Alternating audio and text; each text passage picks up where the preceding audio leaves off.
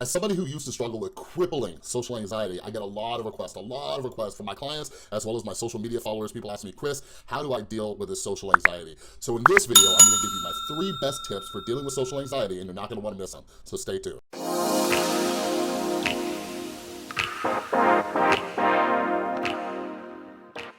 What's up, everybody? This is Chris from The Rewired Soul, where we talk about the problem, but focus on the solution. Social anxiety was the bane of my existence, and I had it for years. And I wanna just start out by saying, like, this is something that takes time, it takes a lot of time, but hopefully with these tips that I give you, they are very small steps that you can start taking.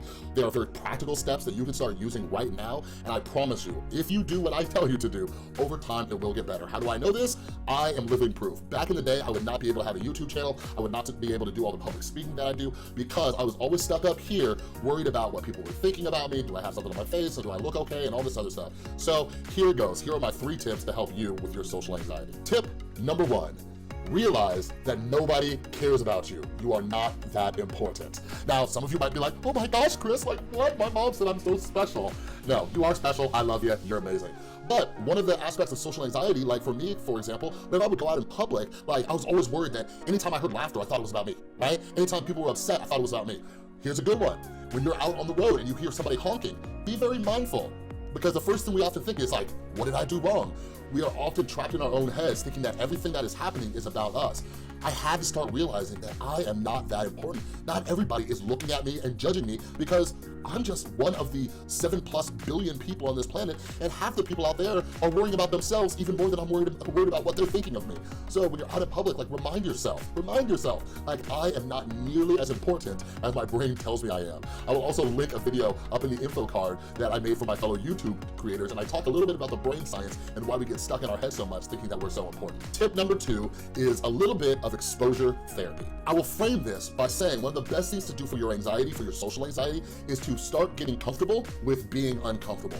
So me, for example, when I was working on my mental health, I just started saying yes to things because my social anxiety made me very introverted, but like introverted as well as isolative. I'm gonna do a video about the difference between those two. But anyways, I would isolate and that would fuel my depression. So like, it's this vicious cycle. So I was always telling people no, like, hey Chris, do you wanna come out with us for coffee? Do you wanna come to this dinner? Do you wanna come to this party? Like, I couldn't because knowing that I'm gonna go there and not know what to say, am I gonna sound stupid? I don't know anybody there, are they gonna judge me and all these other things? Like, I would just tell people no. So what I started doing was a little bit of exposure therapy.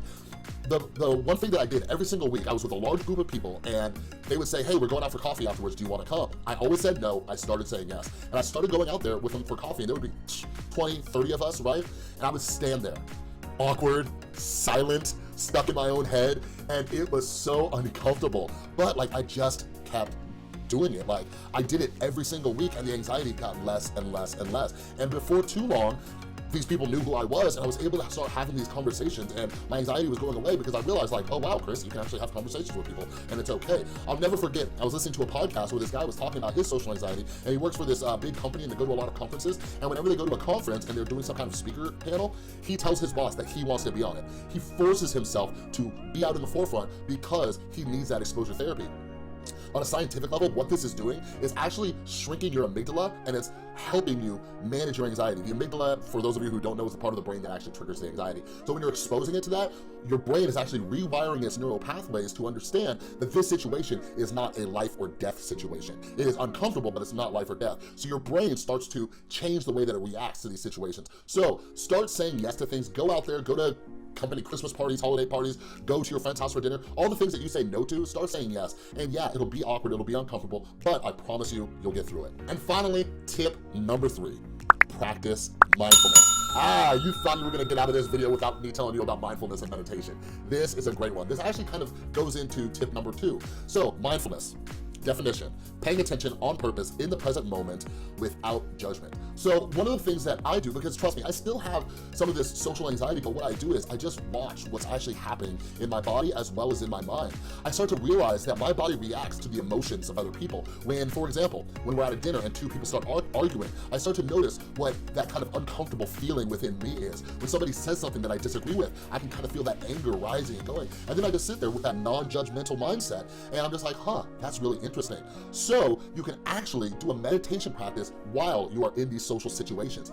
That in itself is mindfulness. It's just paying attention to the anxiety coming and going. And one of the benefits to this, when you do this with a purpose, you start to recognize as you continue to go to these social situations, how they're getting less and less and less, like every time that you do it. So it's really incredible. Like, I'll be honest with you, the other night I went out to a family dinner with my girlfriend's family, and I was socially anxious before I went there. It was with her aunt's boyfriend, never met this boyfriend before, and my head starts going crazy. What am I gonna talk about? Is he gonna ask me about my dom? Should I tell him? Should he ask me if I'm in sobriety and all this other stuff, all these crazy things. But I practiced mindfulness at this dinner, and it made it a very interesting situation, and I was able to get a little practice in for myself.